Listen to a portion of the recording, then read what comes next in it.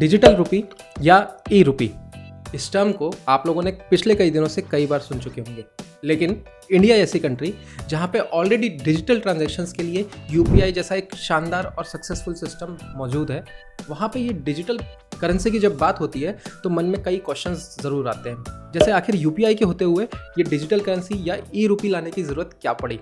क्या ये ई रुपी आने के बाद यूपीआई को बंद कर दिया जाएगा? आखिर ई रुपी लाने के पीछे गवर्नमेंट का मोटिव क्या है और साथ ही साथ इसके प्लस और माइनस पॉइंट्स क्या क्या हैं? तो आज इन्हीं सारे सवालों के ऊपर चर्चा करने के लिए हम आपके लिए वीडियो लाए हैं। आपसे रिक्वेस्ट रहेगी कि वीडियो एंड तक ज़रूर देखें और अगर पसंद आए तो इसे लाइक और शेयर ज़रूर करिएगा। नमस्कार दोस्तों, मैं हूं सागर पांडे। स्वागत है आप सभी का हमारे चैनल इंटेलेक्चुअल सागर में। तो ई रुपी या डिजिटल रुपी की बात शुरू होती है 1 दिसंबर से, जब गवर्नमेंट ऑफ इंडिया आरबीआई के थ्रू एक पायलट प्रोजेक्ट लॉन्च करती है, जिसके तहत कुछ ग्रुप ऑफ पीपल के लिए ई रुपी का एक्सेस प्रोवाइड किया जाता है और ये एक पायलट प्रोजेक्ट है। हालांकि ई रुपी का ये जो प्रोजेक्ट है ये आज के समय का नहीं है, ये पिछले कई समय से आरबीआई इसके ऊपर काम कर रही है। इसको 2 कैटेगरी में डिवाइड किया गया था पहले ही। एक होता है होलसेल कैटेगरी, जिसके अंदर ई रुपी या डिजिटल रुपी का जो यूज़ करेंगे वो बैंक्स या इंस्टीट्यूशन करेंगे, और सेकंड जो कैटेगरी है वो है रिटेल कैटेगरी, जिसमें आप और हम जैसे नॉर्मल पब्लिक जो यूज़ करेंगे ई रुपी का, उसको रिटेल सेगमेंट में रखा गया है। तो इस रिटेल सेगमेंट का एक पायलट प्रोजेक्ट 1 दिसंबर 2022 को आरबीआई के द्वारा लॉन्च किया गया। तो सबसे पहले तो यही समझ लेते हैं कि आखिर ये ई रुपी है क्या। तो ई रुपी या डिजिटल रुपी एक प्रकार की डिजिटल करेंसी है, और ये इशू कौन करेगा? ये इशू करेगा आरबीआई, मतलब रिजर्व बैंक ऑफ इंडिया। इसके साथ साथ ही जैसे आज के समय में आप हर डिनोमिनेशन का नोट अपने जेब में रख सकते हैं, उसी तरह ये ई रुपये के भी कई तरीके के डिनोमिनेशन होंगे। मतलब हो सकता है 10 रुपये का ई रुपी रहे, या 20 रुपये, 50 रुपये, 100 रुपये। ये सब आने वाले समय में हमें और ज़्यादा अच्छे से क्लियर होगा। लेकिन जिस तरीके से आपके पास नोटों के अलग अलग डिनोमिनेशन है, उसी तरीके से ई रुपी या डिजिटल रुपी के भी अलग अलग डिनोमिनेशन रहेंगे।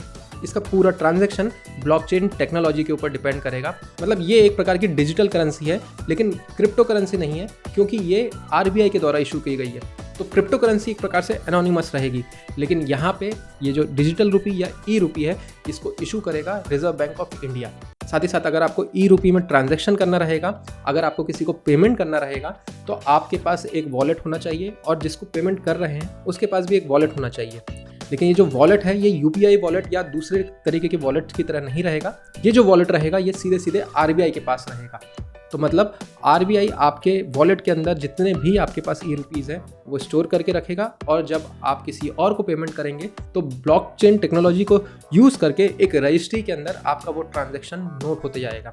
तो सारी चीज़ें आरबीआई के द्वारा कंट्रोल में रहेंगी, और जब सारे ट्रांजैक्शन आरबीआई के वॉलेट के थ्रू होंगे तो आपको एक चीज़ नोट करनी चाहिए कि आपको बैंक अकाउंट की ज़रूरत यहाँ पे नहीं पड़ रही है। तो अभी तक तो जो चीज़ें सामने आई हैं उसके हिसाब से जब आप ई रुपी या डिजिटल रुपी यूज़ करेंगे तो आपको बैंक अकाउंट की ज़रूरत नहीं पड़ेगी, क्योंकि वो direct wallet to wallet transaction होगा और उसको सीधे आरबीआई कंट्रोल करेगा। लेकिन ई रुपी के बारे में ये सारी चीज़ें जानने के बाद शायद आपके मन में कुछ क्वेश्चंस ज़रूर होंगे, जैसे कि हम ऑलरेडी डिजिटली यूपीआई कर रहे हैं अपने ट्रांजैक्शंस को यूपीआई के थ्रू, फिर ये ई रुपी लाया क्यों गया? और वो भी तब जब यूपीआई अनप्रेसिडेंटली ग्रो कर रहा है पिछले कुछ सालों से। एक फैक्ट ये भी है कि लास्ट 2 साल से यूपीआई के ऊपर जो ट्रांजैक्शंस हुए हैं वो लगभग 1000% से ग्रो किए हैं। और इवन यही नहीं, कई और कंट्रीज़ के कई स्पेशलिस्ट इंडिया में आके यूपीआई के सिस्टम को एनालाइज कर रहे हैं, ताकि वो अपने देश में इस सिस्टम को इम्प्लीमेंट कर सके। इतने अच्छे सिस्टम होने के बावजूद भी गवर्नमेंट ई रुपी क्यों लेके आया या डिजिटल रुपी क्यों इंट्रोड्यूस किया? तो जितने भी क्वेश्चंस आपके दिमाग में हैं उनको एक एक करके हम डिस्कस करते हैं। सबसे पहला क्वेश्चन तो यही कि ई रुपी या डिजिटल रुपी को गवर्नमेंट या आरबीआई ने क्यों इंट्रोड्यूस किया, जबकि हमारे पास यूपीआई ऑलरेडी है और सक्सेसफुली हम लोग उसको यूज़ भी कर रहे हैं। तो इसका सिंपल सा आंसर है खर्चा बचाना। अब खर्चा कई लेवल्स पे बचेगा। फॉर एग्जांपल, अगर आज की कंडीशन में देखें तो यूपीआई तो हमारे पास चल ही रहा है, लेकिन इसके बावजूद जो फिजिकल करेंसी है, मतलब जो नोट हैं, जो सिक्के हैं, वो भी हम लोग यूज़ में ले रहे हैं। और ये जाहिर सी बात है कि नोटों को छापने में और कॉइन्स को मिंट करने के अंदर सरकार को अपनी साइड से कुछ खर्चा आता है। और अगर आप जानना चाहते हैं कि ये जो सिक्के बनते हैं या सिक्के मिंट होते हैं, इसके अंदर कितना खर्चा आता है, तो आप आई बटन पर क्लिक कर सकते हैं। लेकिन एक फ्यूचर प्रोस्पेक्ट में अगर आप ये सोचें कि जो लोग फिजिकल करेंसी आज की तारीख में उपयोग कर रहे हैं, जब ये ई रूपी इंट्रोड्यूस हो जाए फुल फ्लेजेडली, अगर इन फिजिकल करेंसी यूज़ करने वालों में से कुछ परसेंटेज अगर ई रूपी या डिजिटल रूपी पे शिफ्ट होता है तो गवर्नमेंट को उतना फिजिकल करेंसी कम छापना या मिंट करना पड़ेगा और उससे गवर्नमेंट का खर्चा कम होगा। तो एक छोटा पोर्शन ऑफ खर्चा जो है वो गवर्नमेंट यहाँ बचाने की सोच सकती है। लेकिन जो दूसरा मेजर खर्चा गवर्नमेंट बचाना चाह रही है वो चीज़ को जानकर आपको हैरानी ज़रूर होगी, और वो ये है कि आप और हम यूपीआई पे बहुत ज़्यादा ट्रांजैक्शन कर रहे हैं और बहुत ही रैपिडली ये ट्रांजैक्शंस ग्रो हो रहे हैं। एक रिपोर्ट के हिसाब से लास्ट ईयर जो टोटल ट्रांजैक्शंस यूपीआई के थ्रू हुए हैं वो हैं 8 लाख करोड़ रुपए के। लेकिन ये जो इतने सारे ट्रांजैक्शंस यूपीआई के थ्रू होते हैं, इन सब का कोई भी चार्जेस ना आपसे लिया जाता है ना किसी और से लिया जाता है। लेकिन एक्चुअल अगर देखा जाए तो इन सारे यूपीआई ट्रांजैक्शंस के लिए जितनी भी पार्टीज इसके अंदर इन्वॉल्व हैं उनका कुछ ना कुछ ट्रांजैक्शन कॉस्ट ज़रूर आता है। इसको इस तरीके से समझिए कि आप जब भी अपने मोबाइल से IMPS करते हैं या किसी बैंक जाके नेफ्ट या RTGS करते हैं तो आपको एक सर्टेन अमाउंट ऑफ फी पे करनी पड़ती है उस ट्रांजैक्शन के लिए। Just like that UPI transactions पे भी हर ट्रांजैक्शन के ऊपर एक खर्चा ज़रूर आता है जितनी भी पार्टीज इन्वॉल्व रहती हैं उनको, जो कि आप और हम पे नहीं कर रहे हैं अभी तक। अब सवाल ये उठना चाहिए कि जब ट्रांजैक्शंस पे खर्चे होते हैं और आप और हम जो भी यूपीआई के ट्रांजैक्शन कर रहे हैं इसके ऊपर कोई फ़ी पे नहीं कर रहे हैं, तो आखिर ये खर्चा कौन बियर कर रहा है?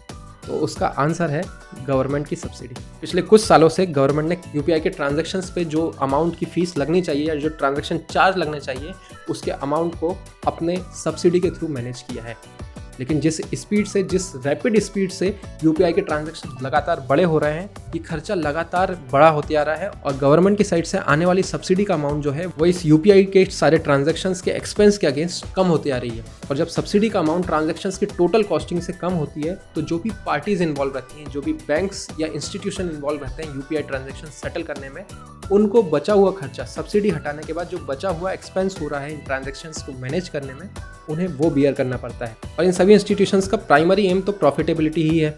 और दूसरी साइड अगर देखें तो यूपीआई का यूज़र बेस लगातार दिन ब दिन ग्रो कर रहा है। बच्चे, बूढ़े, मिडिल एज सभी लोग यूपीआई के ट्रांजैक्शंस कर रहे हैं। तो इस सिचुएशन में एक तरफ तो गवर्नमेंट का सब्सिडी का खर्चा हो रहा है और साथ ही साथ जो इंस्टीट्यूशंस, जो बैंक इस ट्रांजैक्शन यूपीआई ट्रांजैक्शंस में इन्वॉल्व रहते हैं उनके ऊपर भी सर्टेन अमाउंट ऑफ लोड आ रहा है। और भविष्य में ये लोड कम होने के भी चांसेस नहीं दिख रहे हैं क्योंकि लगातार यूपीआई के यूज़र बेस बढ़ते जा रहे हैं। और इसीलिए यूपीआई के ट्रांजैक्शंस के ऊपर ट्रांजैक्शन चार्ज लगाने के ऊपर बात नहीं की जा सकती फिलहाल, क्योंकि उसका यूज़र बेस इतना बड़ा है और लोग इतने ज़्यादा मात्रा में यूपीआई के ट्रांजैक्शन कर रहे हैं कि अभी अगर चार्ज उसके ऊपर लगाते हैं तो फिर काफ़ी ज़्यादा दिक्कतें गवर्नमेंट को, आरबीआई को, इंस्टीट्यूशंस को फेस करनी पड़ सकती हैं। तो यूपीआई के अल्टरनेट के लिए भी गवर्नमेंट ने ई रूपी या डिजिटल रूपी को इंट्रोड्यूस किया है। अभी तो ये फिलहाल पायलट प्रोजेक्ट है जिसमें कुछ सिलेक्टेड ग्रुप ऑफ पीपल के लिए एक्सेस दिया है डिजिटल रूपी या ई रूपी का। आने वाले समय में जब इसका यूज़र बेस बढ़ेगा तो हो सकता है कि यूपीआई यूज़ करने वाले लोग में से कुछ परसेंटेज लोग ई रूपी पे भी शिफ्ट हो जाएं।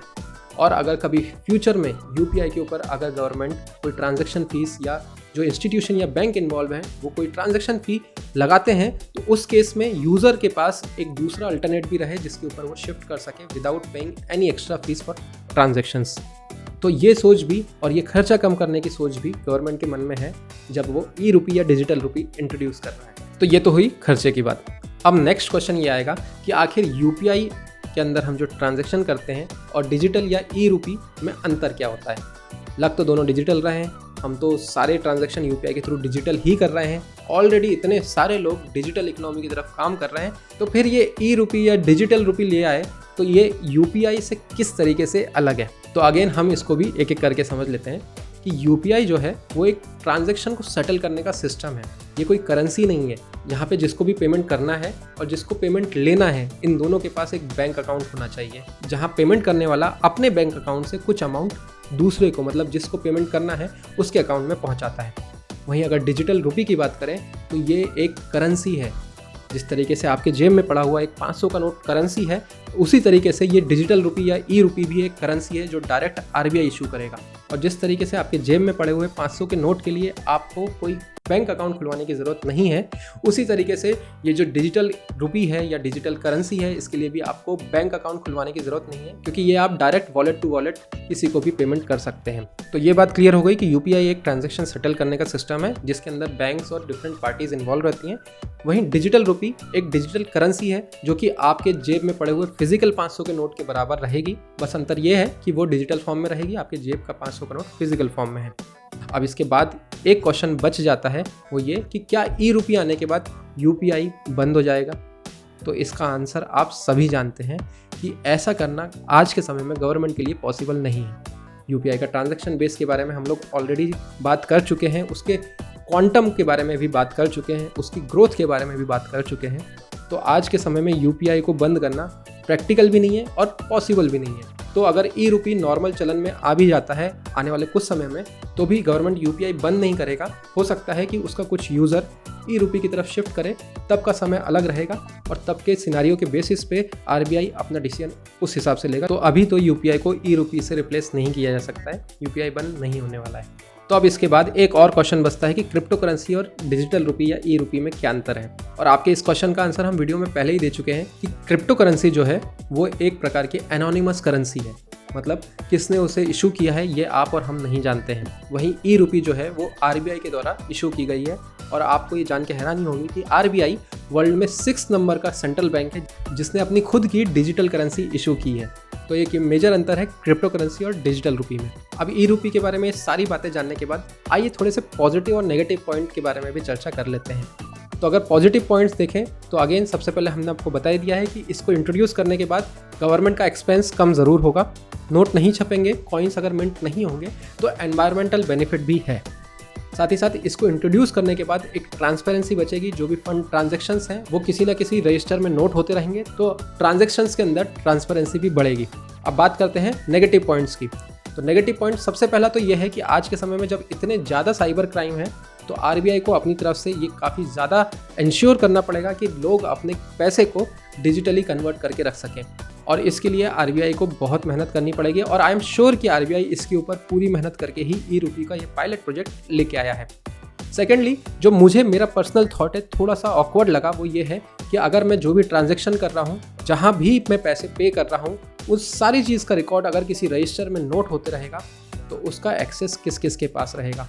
दैट मीन्स एक प्राइवेसी कंसर्न मुझे है, तो उसे भी आरबीआई को एड्रेस करना पड़ेगा। And I am again sure कि आरबीआई ने इस चीज़ को भी एड्रेस किया ज़रूर होगा, लेकिन जब पॉलिसीज़ ई रुपी के बारे में बाहर आएगी तो इसके बारे में ज़्यादा और जानकारी मिल सकेगी। हालांकि ये मेरे पर्सनल थॉट्स हैं, जो भी पॉजिटिव पॉइंट और जो नेगेटिव पॉइंट्स हम लोगों ने डिस्कस किए हैं। आप लोगों के इसके बारे में क्या थॉट्स हैं, आप हमें कमेंट सेक्शन में बता सकते हैं। ये सारी चीज़ जानने के बाद उम्मीद करता हूँ कि आपको ई रुपी या डिजिटल रुपी के बारे में काफ़ी ज़्यादा जानकारी मिल चुकी होगी। इसके बाद भी अगर आप कुछ और जानते हो या कुछ और जानना चाहते हो, तो भी आप हमें कमेंट सेक्शन में बता सकते हैं। वीडियो पसंद आई है तो इसे लाइक और शेयर ज़रूर करें, और अगर आपने अभी तक हमारे चैनल को सब्सक्राइब नहीं किया है तो प्लीज़ सब्सक्राइब करने में कंजूसी ना करें, क्योंकि सब्सक्राइब करने का कोई भी ट्रांजैक्शन चार्ज नहीं है।